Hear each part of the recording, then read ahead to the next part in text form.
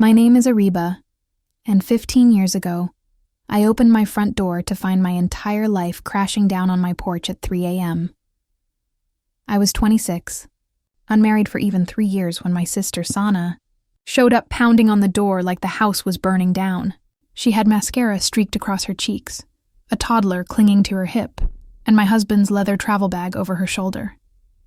At first, I thought something terrible had happened. An accident, maybe, some emergency. I never expected it would be my own funeral. Not a literal one, but the end of the woman I thought I was. "Ariba, I need you to take him," she said, pushing the child into my arms like he weighed nothing. Her voice trembled. He's very sick. He doesn't have much time. Sana, what are you talking about?" I looked down at the boy's face. Sleepy, confused, barely understanding. "Where's Harris?" That's when her eyes shifted. I knew that look. It was guilt masked with urgency. She looked past me like she couldn't bear to meet my face. "Harris and I, we're leaving. Together. We don't want to do this, but we have no choice. This life, it wasn't working for either of us." My breath caught in my throat. "You're what?" Her voice got sharper, more desperate. "I don't have time to argue. He's my son, but you're better at this. You're stable. I know you'll take care of him. He's got a condition. And I can't watch him die. What condition?" I snapped. "Where's his doctor? What do the tests say? Sana, are you even listening?" But she was already backing off the steps. No car headlights. No explanation. Just a duffel bag in the dark, the faint sound of tires crunching down the street, and her final words, "I'll call. I promise. Just keep him safe." And then she was gone. I stood there in the cold, barefoot on the tiles, holding a baby no older than 2. My nephew, Ayan. I don't know when I started crying, but when I did, it wasn't quiet. It wasn't graceful.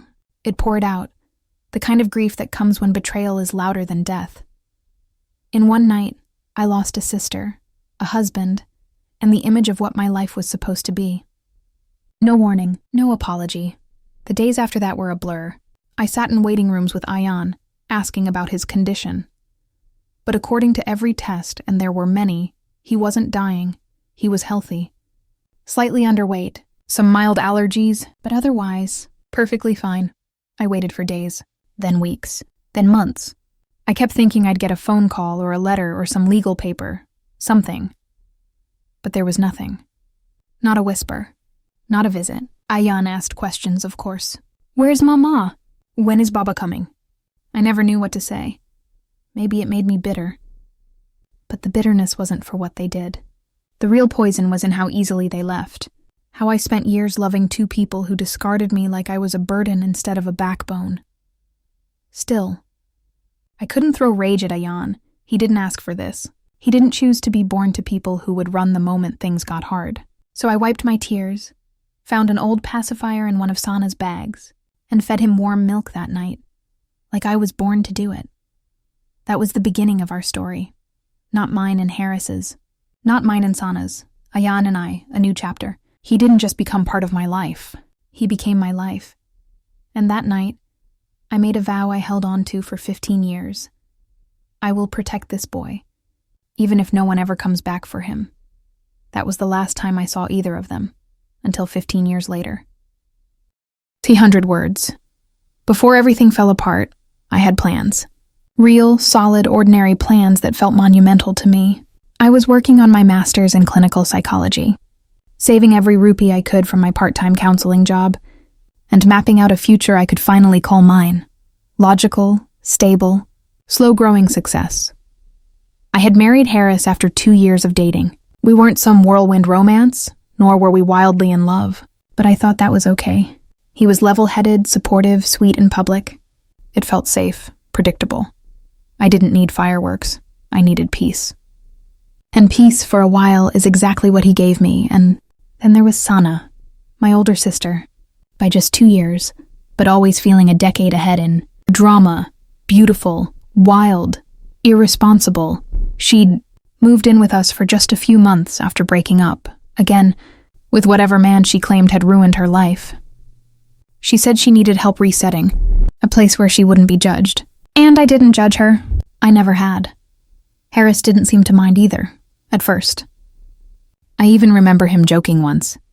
It's like we got ourselves a reality show roommate. I laughed. I always laughed.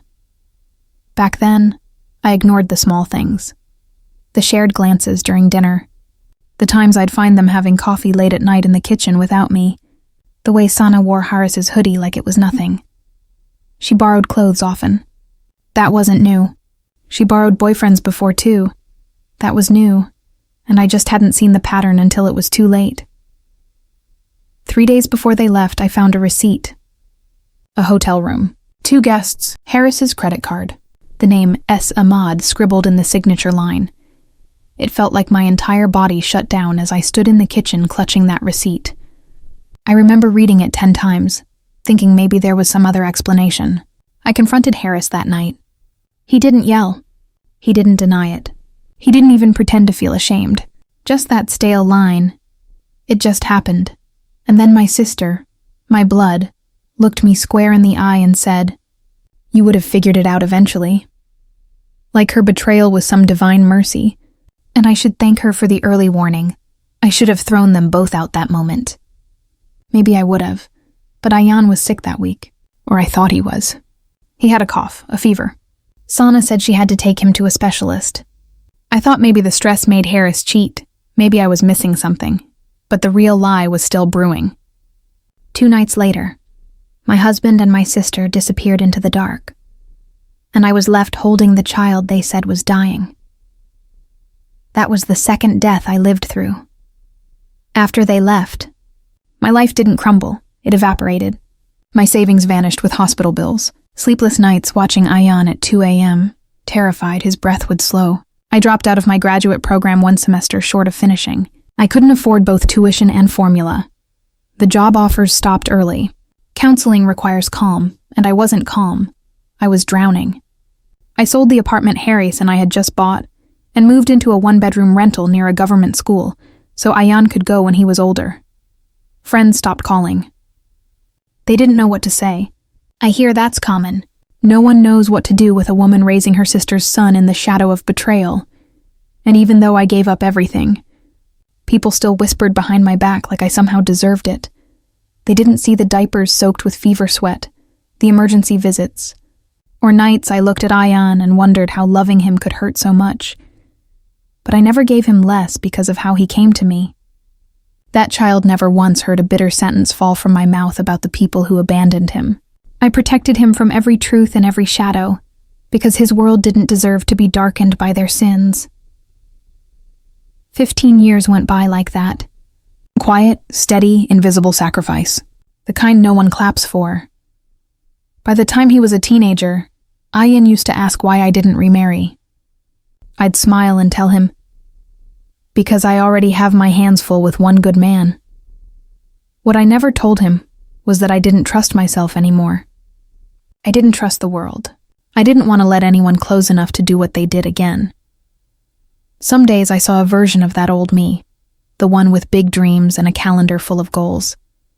But most days, I just kept my head down and made sure Ayan had hot lunch, clean clothes, and dreams he could afford to chase. That was motherhood. Not the kind I wanted or expected, but the kind I fought for, alone. And just when life finally steadied. That letter showed up, a plain white envelope. No return address, and inside just one sentence. "You did better than I ever could. We might stop by soon." At first I called him Beta out of habit. It's what mothers say to their children. It's what I used to call my students back when I worked at the learning center. But with Ayan, it meant something different. It felt fragile. Like if I called him my son too soon, the universe might take him back. After all, his real mother hadn't died. She'd simply disappeared. Ayan was a quiet child during those early weeks. Too quiet. He didn't cry for Sana, not even once. That scared me more than the fever. He would just sit and stare, sometimes at the ceiling, sometimes at nothing. One time I asked him if he was hungry, and he looked at me like I wasn't speaking his language. There were moments he'd reach out in his sleep, whispering "Mama," and I'd sit at the edge of his bed and wonder who he meant. He had night terrors for months. Inconsolable screaming. He'd wake up choking on sobs, clutching my clothes like he was reattaching himself to the last person who hadn't run. Doctors found nothing. The blood work came back clear. The condition Sana had spoken of didn't exist. In fact, once he was in a safe environment, routine meals, stable sleep, his body began to heal rapidly. But his spirit, that's what took the longest, and that changed me. Everything I thought I knew about motherhood dissolved. There's no manual for loving a child who didn't come from your body, just your heartbreak. But I still remember the first time he fell asleep on my chest without crying. His tiny hand gripped my necklace. It was a chain my mother had given me when I graduated high school. "Don't ever let anyone make you small," she had told me.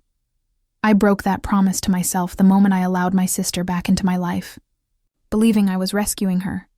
But Ayan, he made me want to be big again, for him. He started calling me Ami by the time he turned 4. I had never asked him to. In fact, I tried to correct him in the beginning. "I'm not your real..." But he wouldn't let me finish. "You're my Ami. You feed me, sleep next to me, make me laugh." That was the day I stopped separating myself from his story. I wasn't his aunt. I wasn't his babysitter. I was the woman who stayed. As the years passed, milestones became anchors. First day of school, first time riding a bike, first time he got chosen for class monitor. They were all victories. Not because of what he accomplished, but because of what he overcame. Ayan was naturally kind, smarter than most kids his age, and incredibly perceptive. He could sense when I was low.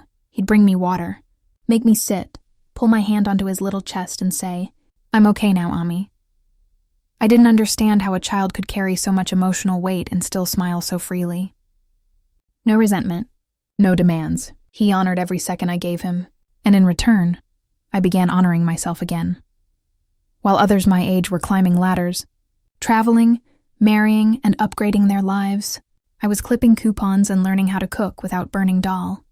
And yet, I was happy. Not at first, no. At first I was surviving. But somewhere along the line, between bedtime stories and doctor appointments, between scraped knees and birthday cupcakes, I fell in love with a child I hadn't asked for but now couldn't live without. Some friends pitied me. Family members told me I'd wasted my best years. I heard whispers at weddings, saw the pity in women's eyes who dressed better and married richer, but they didn't tuck Ayan in.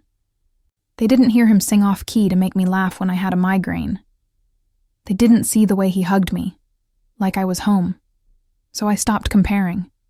I stopped grieving the life I'd lost, because somewhere in this detour, I found a better version of myself. Not the academic, not the wife, not the martyr. I found the mother.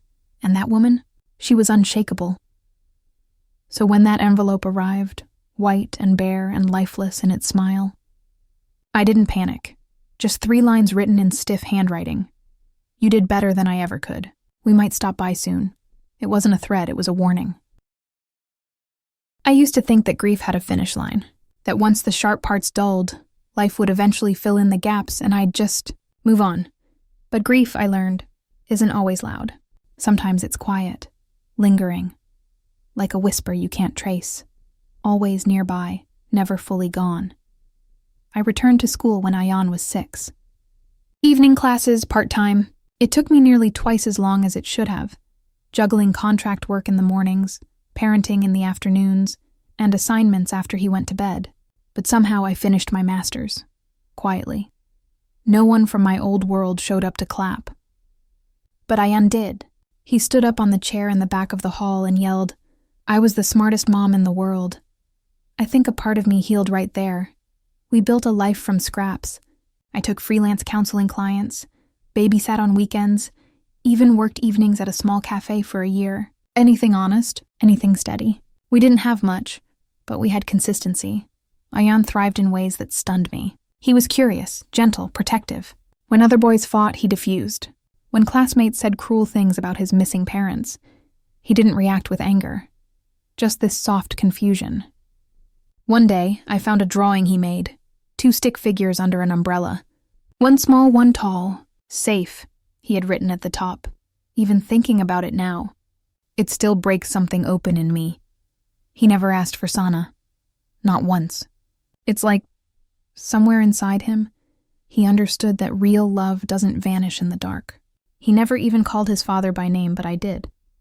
Silently, every year on Ayan's birthday, their names echoed through my thoughts like a ritual I couldn't break.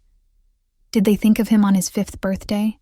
When he blew out candles on a supermarket cake because we couldn't afford a bakery one? Did they know he won the science fair when he was 8 with a recycled water system built out of 2-liter soda bottles? Did they know he called our tiny rental the Mighty Castle? That he told people I was a superhero, without a cape, but full of magic? I lived with these questions for years. Every birthday it hit me again. The calendar didn't forgive. It was the one day I couldn't pretend they didn't exist. Would they come back? Some nights I'd wake up sweating, thinking I heard banging on the front door. I'd rush to check, heart pounding so loud I could hear it in my ears. Nothing. Always nothing, except in my head. The whispers never stopped. It wasn't just fear. It wasn't just anger. It was waiting, stretched across time like a thread you pretend not to see, but trips you anyway. Still, I smiled through it all.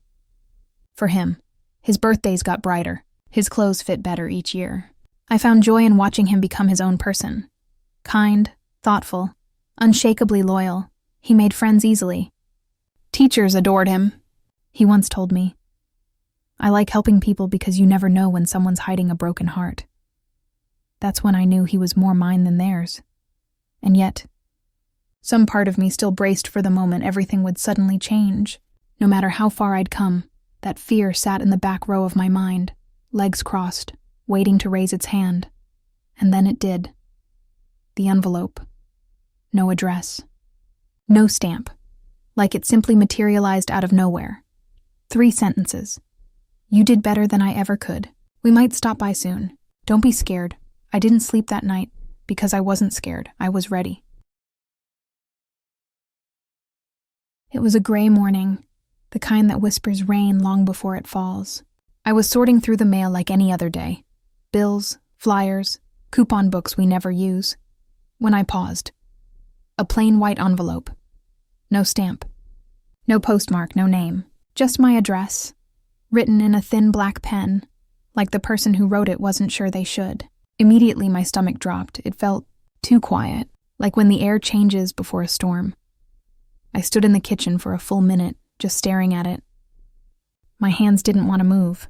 My brain screamed not to open it, like some part of me already knew what I'd find inside. But curiosity slices through fear like a knife through soft fruit. I opened it. No signature, not even punctuation. You did better than I ever could. We might stop by soon. Don't be scared. I must have read it 10 times trying to decipher the handwriting. Thin strokes, almost delicate, like someone trying too hard to seem calm.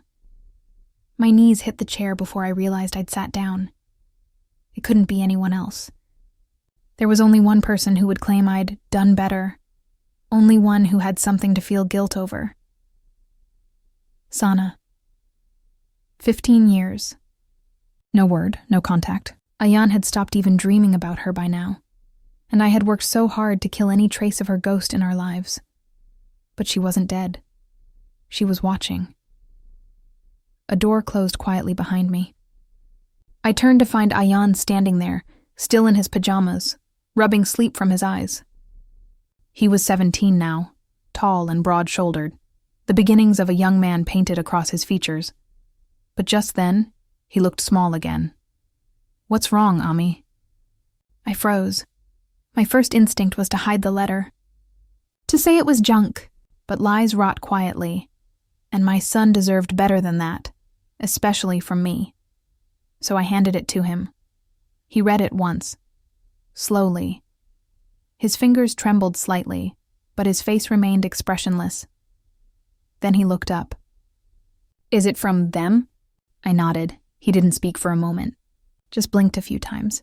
Then carefully, he folded the letter and placed it back on the table.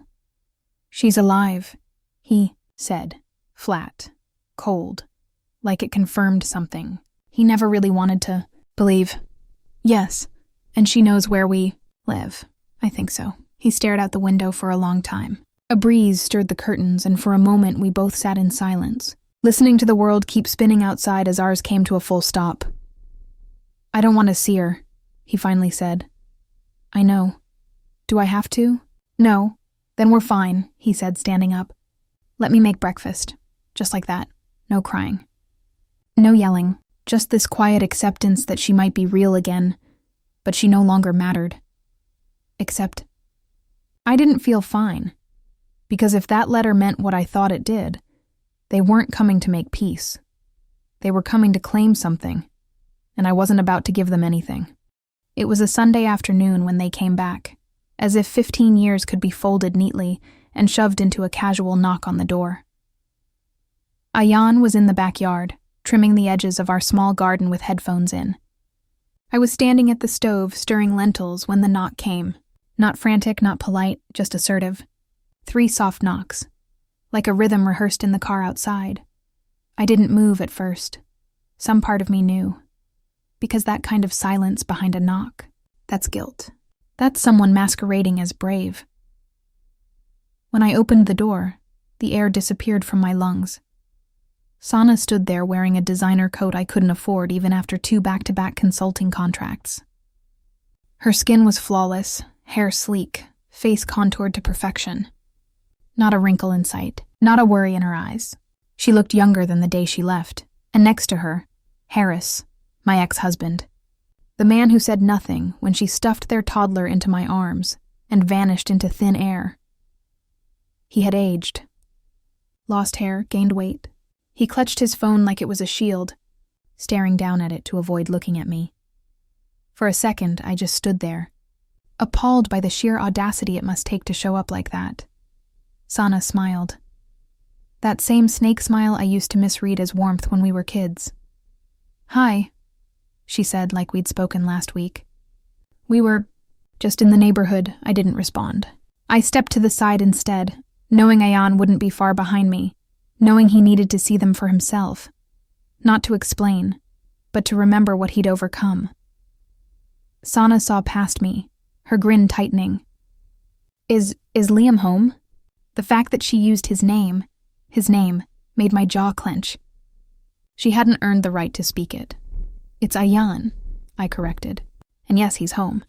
But I don't remember inviting you." Suddenly, the screen door creaked open behind me, and Ayan walked in, wiping sweat from his brow with a kitchen towel. He froze when he saw them. For a long, breathless second, the room went still. Sana stepped forward, arms half raised. "Hi, sweetheart. I know this is a lot, but I've missed you so much." Not a day passed. He didn't move. Didn't even blink. Harris finally looked up, offering a weak smile. "Hey, buddy. Wow, you've grown. I almost didn't recognize." "I don't know you," Ayan said. Calm. Flat. But it landed like a gunshot. Then he looked at me, just once, then back at them. "Who are you?" he asked, voice louder this time. "She's my only mom."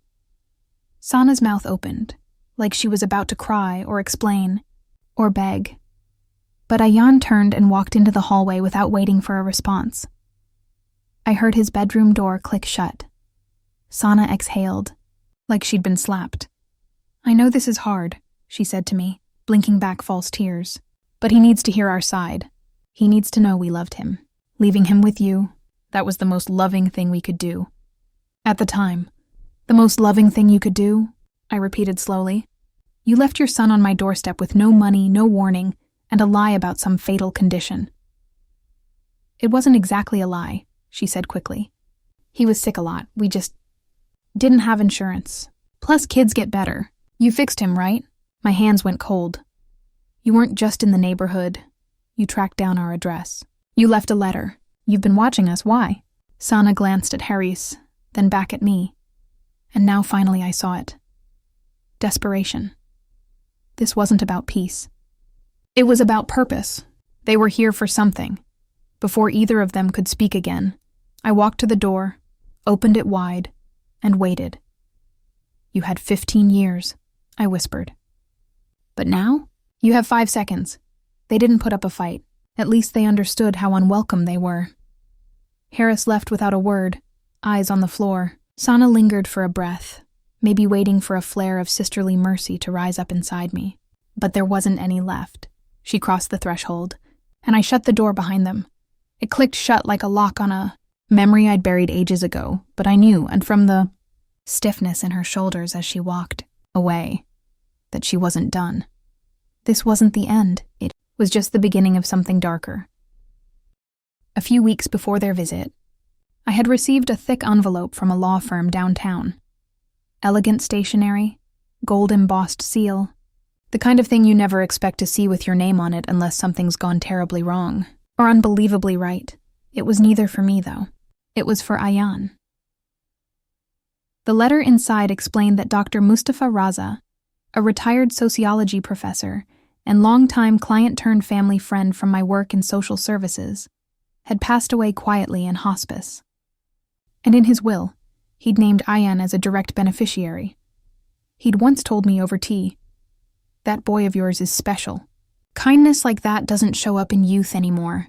If I ever had a grandson, I'd want him to be just like him." I never imagined he meant it literally. The amount wasn't absurd, no mansions or yachts. But it was life-changing in our world. It covered full tuition for a top-tier university, housing allowance, and a monthly stipend until he turned 25. Enough to give Ayaan the kind of head start Sana and Haris had never dreamed of giving him. I delayed telling Ayaan at first, letting the shock settle in. For once in his life, something beautiful had found him without pain attached. No strings, just a gift for the heart he'd so generously shared with everyone else. But of course, good things never stay hidden for long. Sana came back. Not officially, just enough to hover. She started showing up coincidentally around places she knew we went. A boutique near my therapy office, a bakery Ayaan liked, always pretending to bump into us, always dressed sharply, carrying bags she clearly hadn't paid for in cash. And then one afternoon, she rang the doorbell holding a box of biscuits, like that would excuse her presence. "I'm not here to cause trouble," she said quickly, eyes scanning the hall behind me. "I just wanted to drop off a little something. For Ayaan. No notes, no drama." I stared at the box. Imported, overpriced, performative. Before I could answer, her eyes dropped to the file folder I'd forgotten on the front console. The one from Dr. Raza's lawyer. Peeking out from beneath the papers was the first page of the legal trust document. Her face changed. "What's that?" she asked too casually. "Is that a trust?" I reached slowly and pulled the folder shut, my heart beginning to thud. "Nothing that concerns you." Her lips curved into a smile, half sly, half desperate. "Come on, Ariba. Let's not pretend. We both know there's money involved now. I'm not stupid." "I don't know, Sana," I said, my voice low. 15 years ago, you left your toddler with no food, shoes that didn't fit, and a fabricated diagnosis. I think stupid might be generous." "Harris and I are willing to talk custody," she interrupted too quickly. "If there's money on the table..." My blood boiled. "Custody?" I whispered, stepping closer. "You don't even know this boy anymore. You called him Liam. His name is Ayaan. He has nightmares about being left behind. You want to talk custody now? For a child you traded for a man who now won't even look me in the eyes?" She opened her mouth, but I cut her off. "You think you can come in here and sniff around after he's raised himself into the kind of man you never deserved to know? A trust isn't a golden ticket for freeloaders, Sana. It's a legacy, and you're not part of it." Her smile vanished. "You're being dramatic." "No," I said, voice cold, controlled. "I'm being protective." I moved to the door, holding it open again. A new tradition, it seemed, for sending her away. She hesitated in the doorway.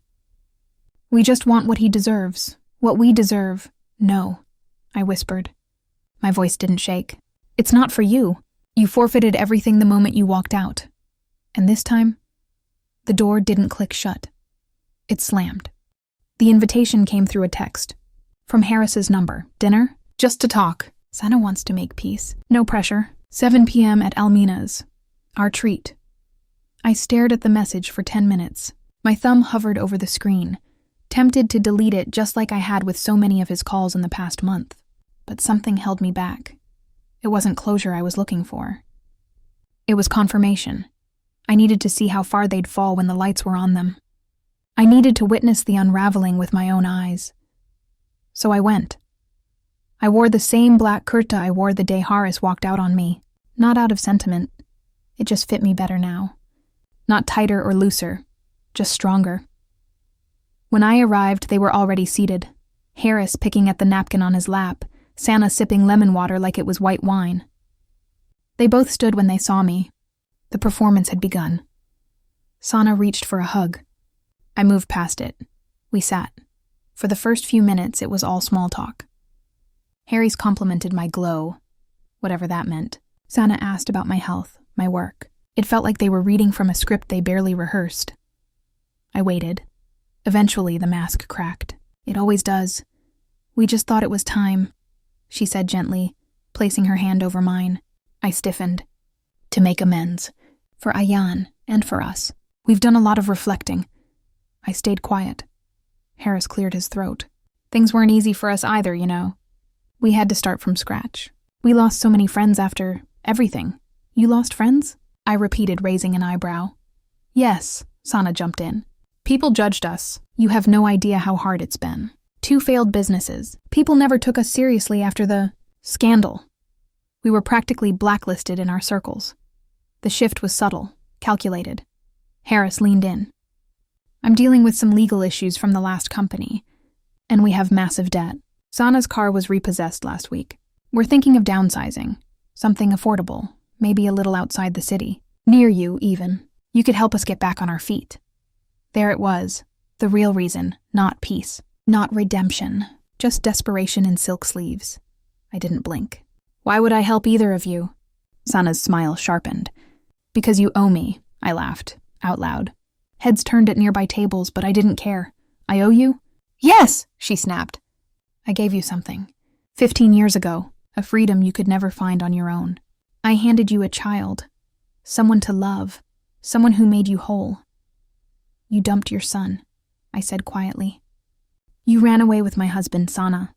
Her voice dropped into something bitter, twisted. I was drowning, and I gave you the only good thing I had. Don't pretend like Ayan didn't save your life too. I saw it for what it was then, her last play. Turn her selfishness into sacrifice. Rewrite history as an act of divine martyrdom. Make me feel guilty for raising a boy she didn't have the courage to raise herself. Harris chimed in. He doesn't even know how much pain we carried.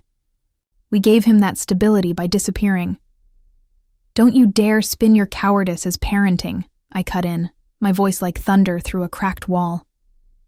You abandoned him.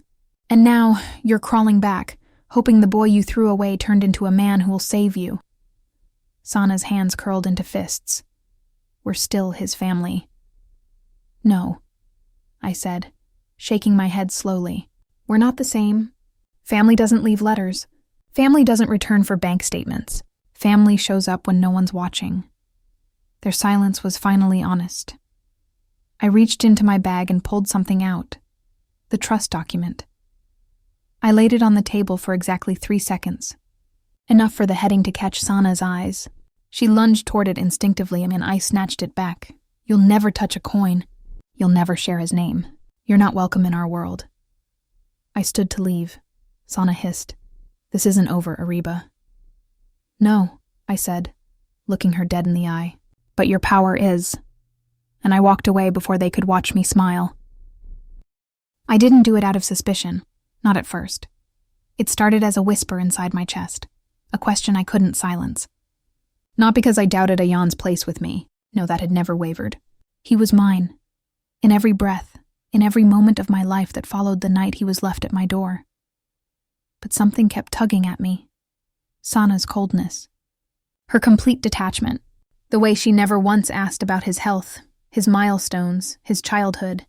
Most mothers, even broken ones, carry a thread of guilt, but she seemed disconnected. Like she wasn't his mother at all.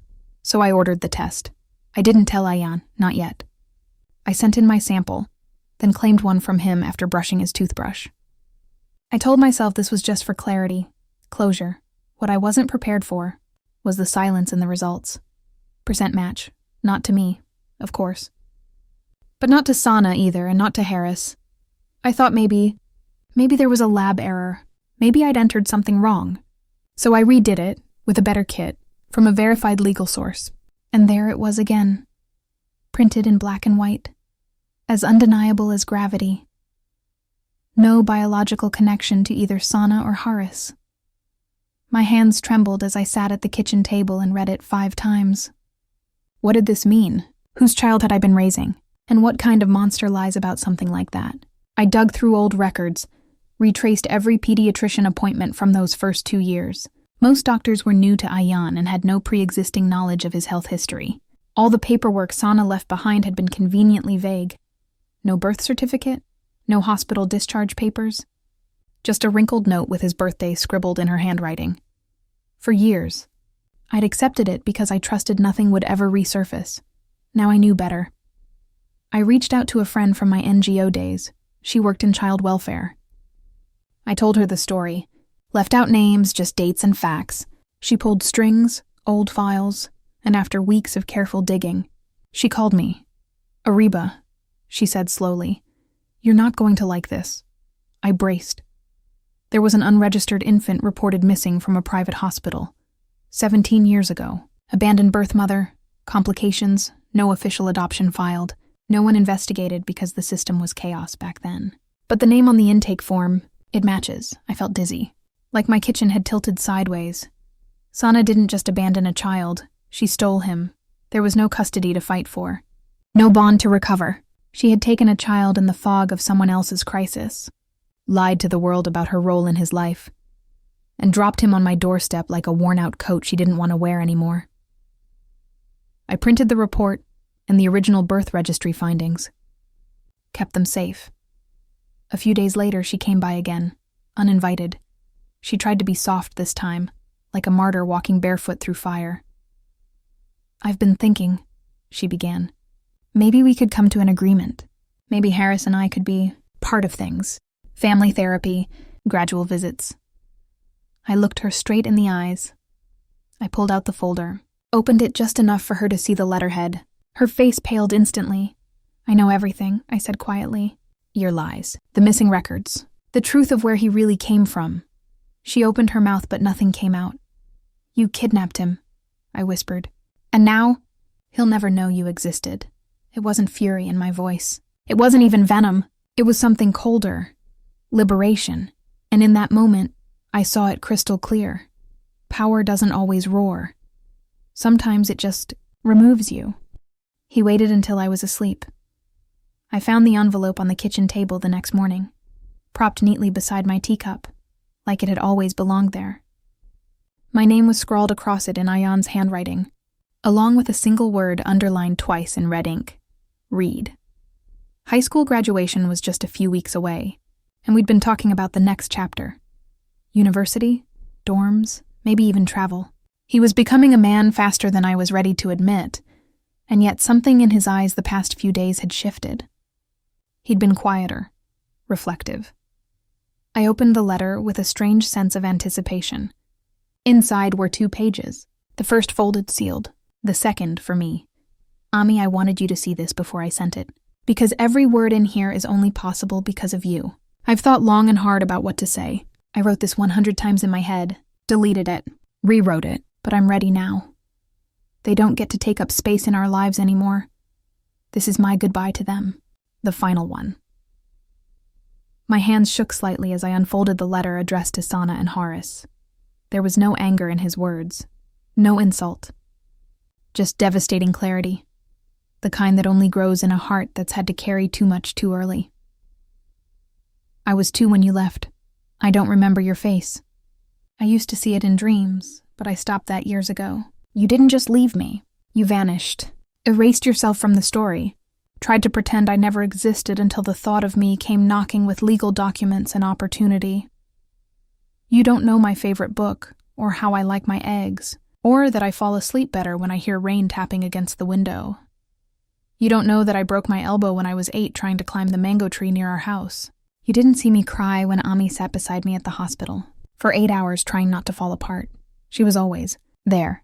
She is not my aunt. She is my mother, the only one who wanted me when no one else did. You didn't give me to her as a gift or a sacrifice, or any of the excuses you like to pretend were noble. You gave me away because I was inconvenient.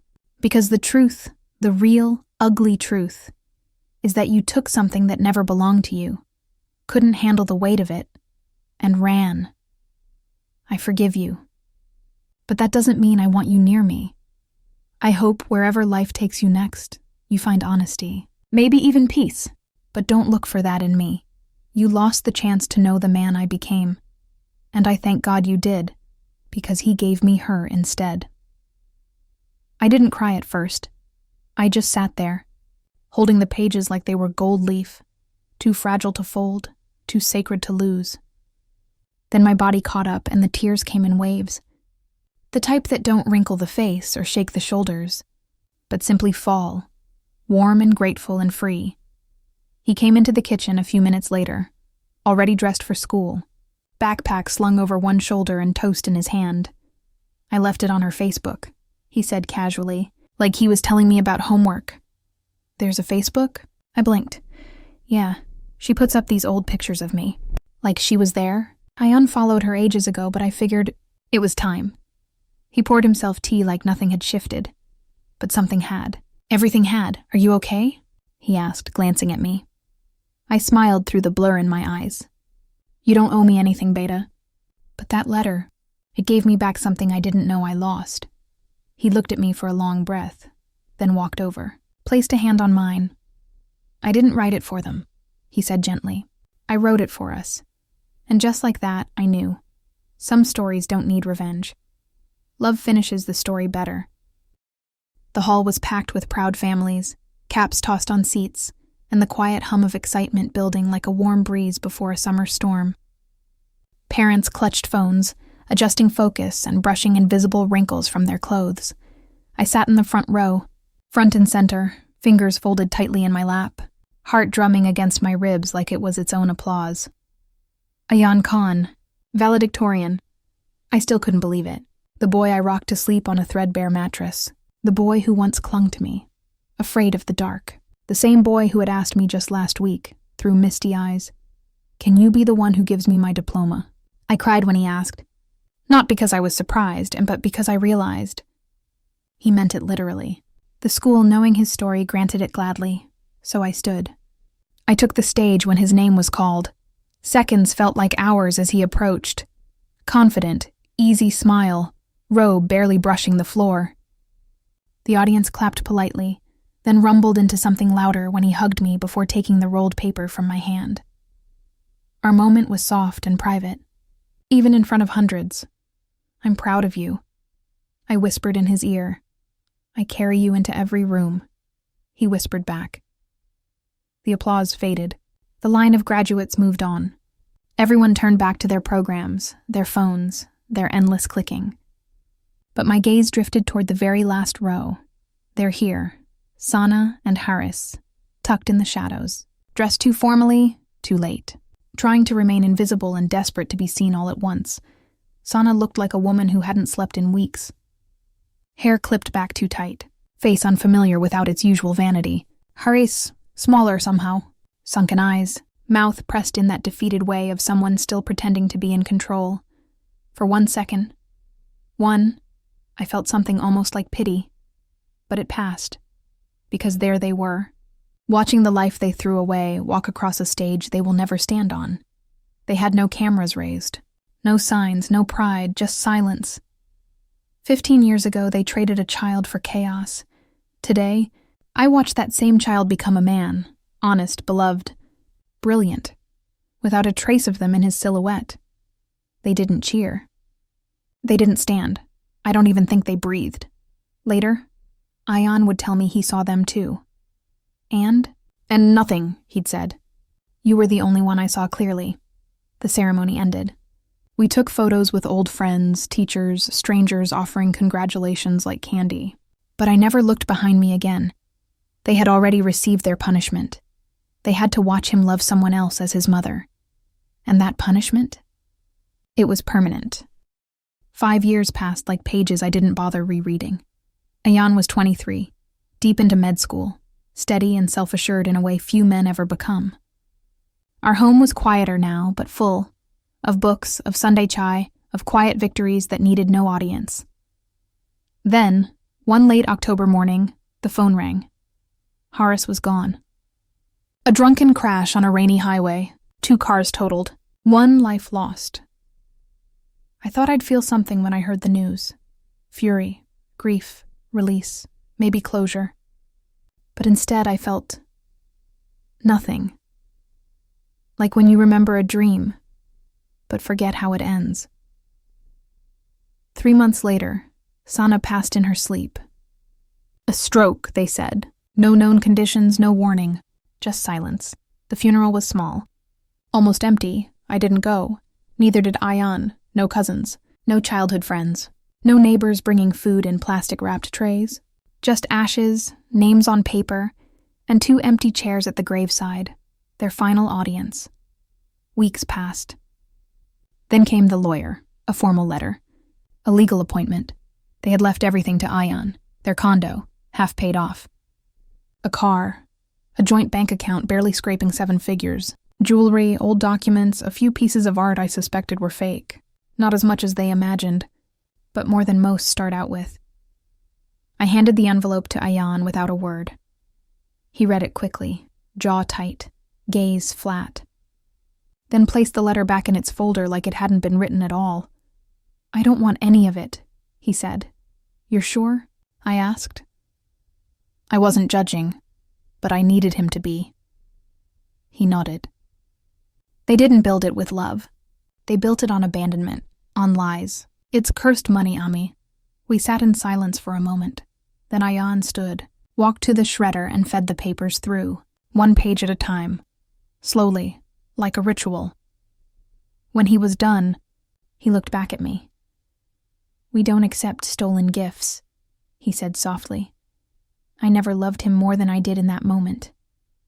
They had spent their lives chasing wealth, image, legacy, but in the end their name meant nothing to the son they gave away, and the woman they tried to destroy?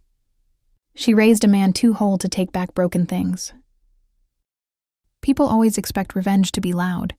They think it's about screaming matches, courtroom slams, inheritances ripped from selfish hands.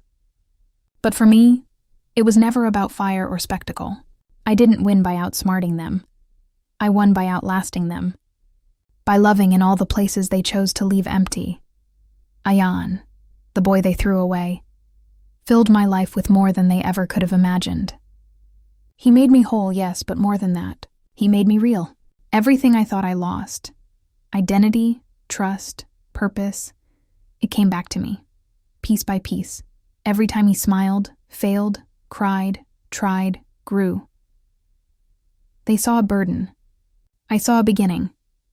They left him on my doorstep with a fabricated illness and ran toward selfish freedom. And I still wonder, did they ever sit with the hollow ache of what they gave up, or were they too busy playing victims to their own lies? Sana once accused me of stealing the life she should have had.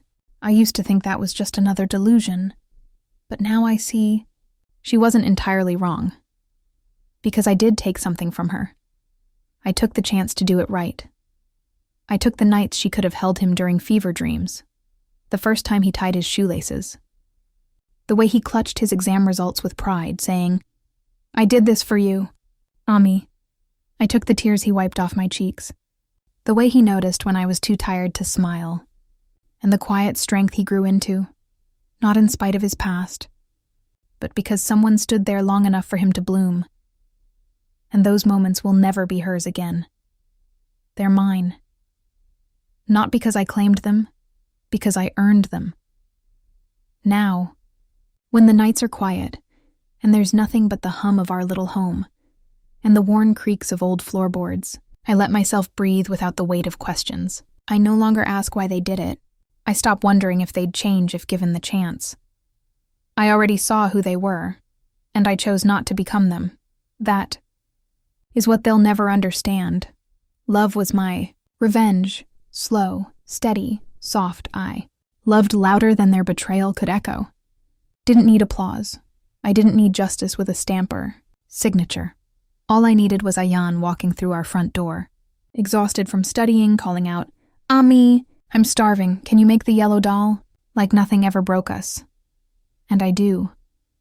Because that's what victory looks like in my world. Not destruction, but dinner. Not a sword, but a spoon in a pot of lentils, stirred by a woman who loved her way out.